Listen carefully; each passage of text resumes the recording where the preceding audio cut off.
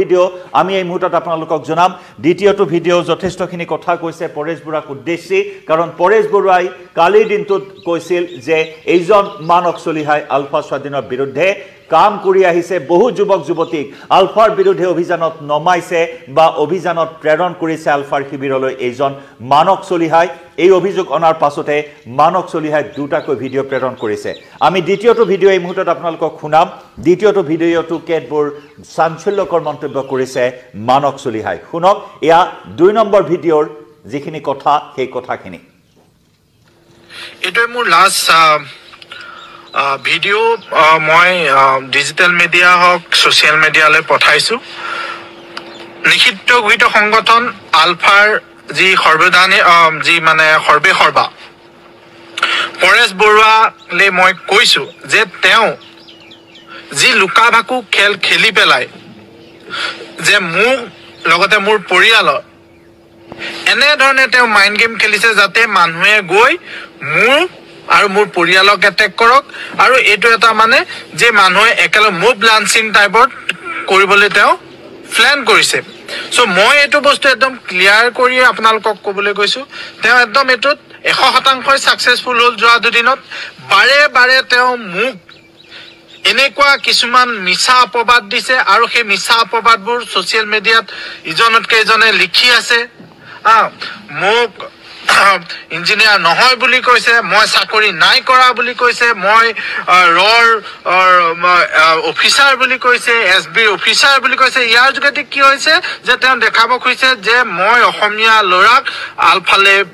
মানে পঠাই পেলাই এজেন্ট হিচাপে মই আলফা ধ্বংস কৰিব আৰু মই এটা কথা পৰেশ বৰুৱাক ক'ব খুজিছো তেখেতক মই পৰেশ বৰুৱা বুলি কৈছো একানে ক'ব খুজিছো সক আপুনি এজন সাধাৰণ লৰাক আৰু এটা গাঁৱৰ পৰিয়ালক আপুনি মানুহক উচ্চত আজি আপোনাৰ মই ৰাতিপুৱা আপোনাৰ মানে টেলিফোনিক কল দেখিছো নিউজ চেনেললৈ কি কৈছে যে আপোনালোকে মানক চলিয়া গেৰি পেলাই বিচাৰ কৰক মই কি অপৰাধ কৈছো কি আপোনালোকৰ লগত গৈ এই জংগলত গৈ অস্ত্ৰ ধৰিব লাগিছিলে তেতিয়া আপুনি ভাল পালেহেঁতেন মই চাকৰি কৰি মোৰ পৰিয়ালৰ লগতে কিবা এটা ব্যৱসায় কৰিব খুজিছো তাৰ ব্যৱসায় লাভ লোকসান হৈছে মই কোনো অসমীয়া জাতি অহিত কৰা নাই কতো মই বম ব্লাষ্ট কৰি শিশু হত্যা কৰা নাই কতো সাধাৰণ অসমীয়া মানুহৰ পৰা বম দিয়া নাই সো এটা কথা আপোনাক ক্লিয়াৰ কৰি দিছো আপুনি মানুহক যি উচতাইছে সব মুখ মাৰিব পাৰে আপোনাৰ হাতত বন্দুক আছে আপোনাৰ বম আছে আপোনাৰ হেতুৱে পেছা হেতুৱে আপোনাৰ এতিয়া আপোনালোকৰ হেতুৱে থাকিল যে অসমীয়া লৰাক মুভ লাঞ্চিং কৰাই মানুহক উচতাই হেতু মানে মৃত্যুদণ্ড মানে কেনেকে ধ্বংস কৰিব পাৰে হেতুৱে আপোনাৰ এটা টাৰ্গেট মই যি বুজি পাইছো আজি মই বহুত খুবত কৈছো আৰু এটা লাষ্ট কথা আপোনাক কৈছো শুনক মই আপোনাৰ এই ডাৰ্টি পলিটিক্সত কেতিয়া হাৰ নামানো মই আকৌ কৈছো মই 2012 চনত ইঞ্জিনিয়াৰিং কমপ্লিট কৰি তাৰ পিছৰ পৰা PwC UI ডিলয়ট আদি সংস্থাৰ লগত কৰ্মৰত হৈ আছিলো তাৰ যিখিনি পইচা পাইছে তাৰ মই ব্যৱসায় কৰিছিলো ব্যৱসায়ত মই লোকসান খাইছো সকলোৱে লোকসান খায় আৰু মই সেই ব্যৱসায় যোগেদি শিকিব পাৰিছো ভুল কৰিছো আকৌ কিন্তু মই অসমতে থাকি সেই কাম কৰিব চেষ্টা কৰি আছো কিন্তু আপুনি কি কৈছে আপুনি মিছা অপবাদ দি মোৰ লগতে মোৰ গোটেই পৰিয়ালটোক আপুনি এনেকুৱা এটা পৰ্যায়লৈ লৈ গৈছে যে মানুহে মোক মুভ লাঞ্চিং কৰিবলৈ উচতাই আছে আৰু আপুনিতো নিজে সহস্ত অংগবা কি দিছে মানে মোক কেনেকে গুলিয়াব হেতু মইতো সাকে প্ল্যান কৰিছে কাৰণ আপুনি এটো দেখাব কৈছে যে এজন ৰ অফিচাৰ আৰু এজন এসবি জোনেল হেডক গুলিয়াই আমি হত্যা কৰি হেতুলৈ আপুনি বাবা লব কৈছে কিন্তু প্ৰকৃততে মই এজন সাধাৰণ যুৱক আপোনালোকক মই প্ৰত্যেকটো নিউজ চেনেলে মোৰ সেলাই স্লিপ পঠাই দিছো আপোনালোকে তাত মাৰিছক মোৰ PF ৰ পৰা পান কাৰ্ডৰ আধাৰ লিংক সকলো ওলাই আহিব এনে ধৰণে মিছা অপবাদ দি এটা জীৱন এটা পৰিয়াল ধ্বংস কৰা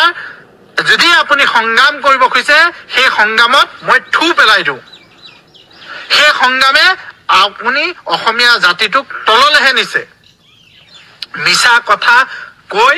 আপোনাৰ এটা পাৱাৰ আছে বাবে আপোনাক এশজনে শুনে বাবে আপুনি সেই মিছা আশ্ৰয় লৈ কোনো বেছিক নোহোৱাকে আপুনি মোক অপৰাধী সজাইছে আৰু সেয়া সকলোৱে জানে অসম চৰকাৰেও জানে যে মই কোনো ধৰণৰ আৰক্ষী বিষয়া নহয় কোনো ধৰণৰ এজেণ্ট নহয় আৰু মই লাষ্ট আপডেটটো আপোনালোকক এইটোৱে কৈছো আৰু মই কোনো ধৰণৰ আপডেট নিদিওঁ মই আকৌ এশবাৰ নদী কৈছো মই কোনো আৰক্ষী বিষয়া নহয় বা এজেণ্ট নহয় যিদৰে পৰেশ বৰুৱাই মোৰ পৰিয়ালৰ প্ৰতি মানুহক মানে উচতনি দি আছে যদি কিবা হবলে হয় মোৰ পৰিয়ালৰ মানুহ কোনবা মুভ লাঞ্চিং বা এনেকুৱা হেৰি হয় তেতিয়াহ'লে এই পৰেশ বৰুৱা নামৰ হাবিত লুকাই থকা এই নিষিদ্ধ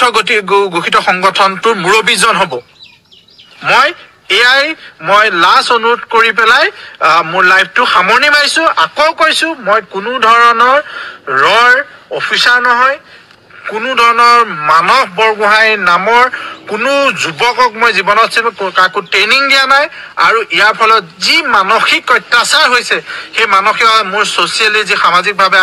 ধ্বংস কৰিছে এটা নিষিদ্ধ সংগঠনৰ মুৰব্বীয়ে আৰু তেওঁলোকৰ এই মানৱ বৰগোহাঁই কি তেওঁ সমাজ সংস্কাৰক নেকি তেওঁ কি কৰিছে তেওঁ মোক ধ্বংস কৰিছে তেওঁ মোক পৰিয়ালটোক ধ্বংস কৰিব কৈছে আৰু যিজন লৈ প্ৰত্যেকটো কথাই মিছা কৈছে আৰু মই চাকৰি কৰাৰ পৰা মোৰ আই কাৰ্ডৰ পৰা